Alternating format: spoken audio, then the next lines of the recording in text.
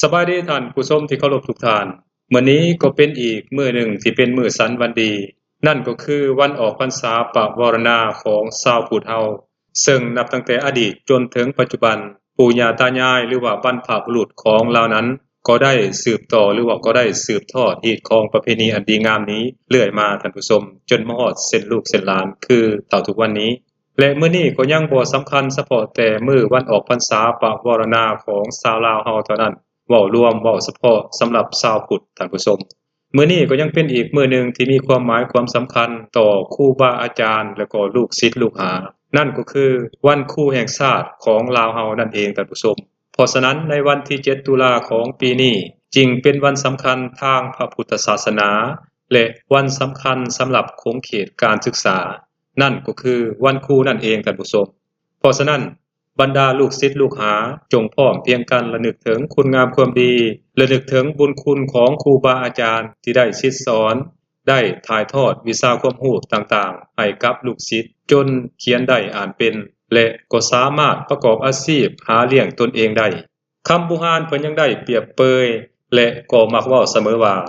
ครูบาอาจารย์นั้นเปรียบเสมือนพ่อแม่ผู้ที่สองที่ได้ชิดสอนความรู้ให้แก่ลูกศิษย์จนกลายเป็นคนดีของสังคมอย่าลืมท่านผู้ชมก่อนที่พวกเฮาจะอ่านออกเขียนได้และสามารถเอาตัวเองรอดในสังคมได้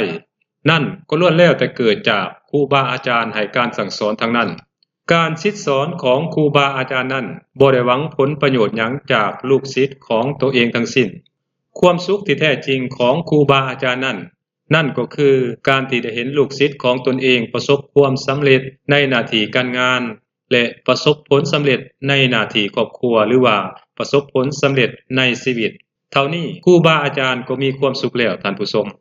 ครูบาอาจารย์เปรียบเสมือนเรือจ้างที่คอยส่งลูกศิษย์และผู้โดยสารให้ถึงฝั่งครูบาอาจารย์ได้เสาะแสวงหาความรู้ใหม่ๆเพื่อมาชิดสอนศิษย์ของตนย้อนเห็นได้ความหมายความสำคัญของครูบาอาจารย์คือแนวนั้นเพิ่นจึงได้กำหนดวันที่7ตุลาเป็นวันครูแห่งชาติของชาติลาวทั้งนี้ก็เพื่อระลึกถึงคุณงามความดีและวีรกรรมของครูบาอาจารย์ที่ได้สร้างไว้ให้กับโลกหน่วยนี้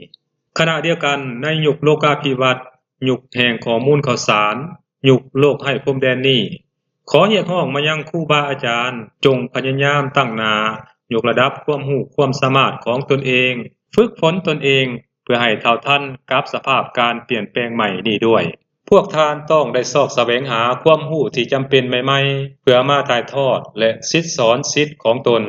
ทั้งนี้ก็เพื่อเฮ็ดให้ศิษย์ของตนนั้นรับรู้เท่าทันโลกอยู่ตลอดเวลา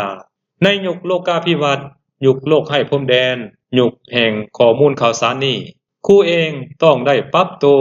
ปรับปรุงแบบแผนวิธีการเฮ็ดเวียกปรับปรุงวิธีการศิษย์สอนให้กับนักเรียนของตนให้มันสอดคล้องและแทบเหมาะกับความเรียกร้องต้องการของสังคมจากวีรกรรมต่างๆของครูที่ข้าพเจ้าได้กล่าวมาข้างต้นนั้น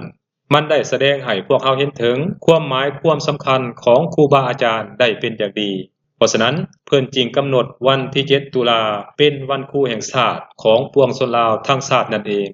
ท้ายที่สุดนี้ข้าพเจ้าก็บ่มีหยังหลายขออวยพรไสอันประเสริฐให้ครูบาอาจารย์ผู้ที่เป็นแม่พิมพ์ของชาติจงมีอายุมั่นขวัญยืนประสบผลสำเร็จในหน้าที่เวียกงาน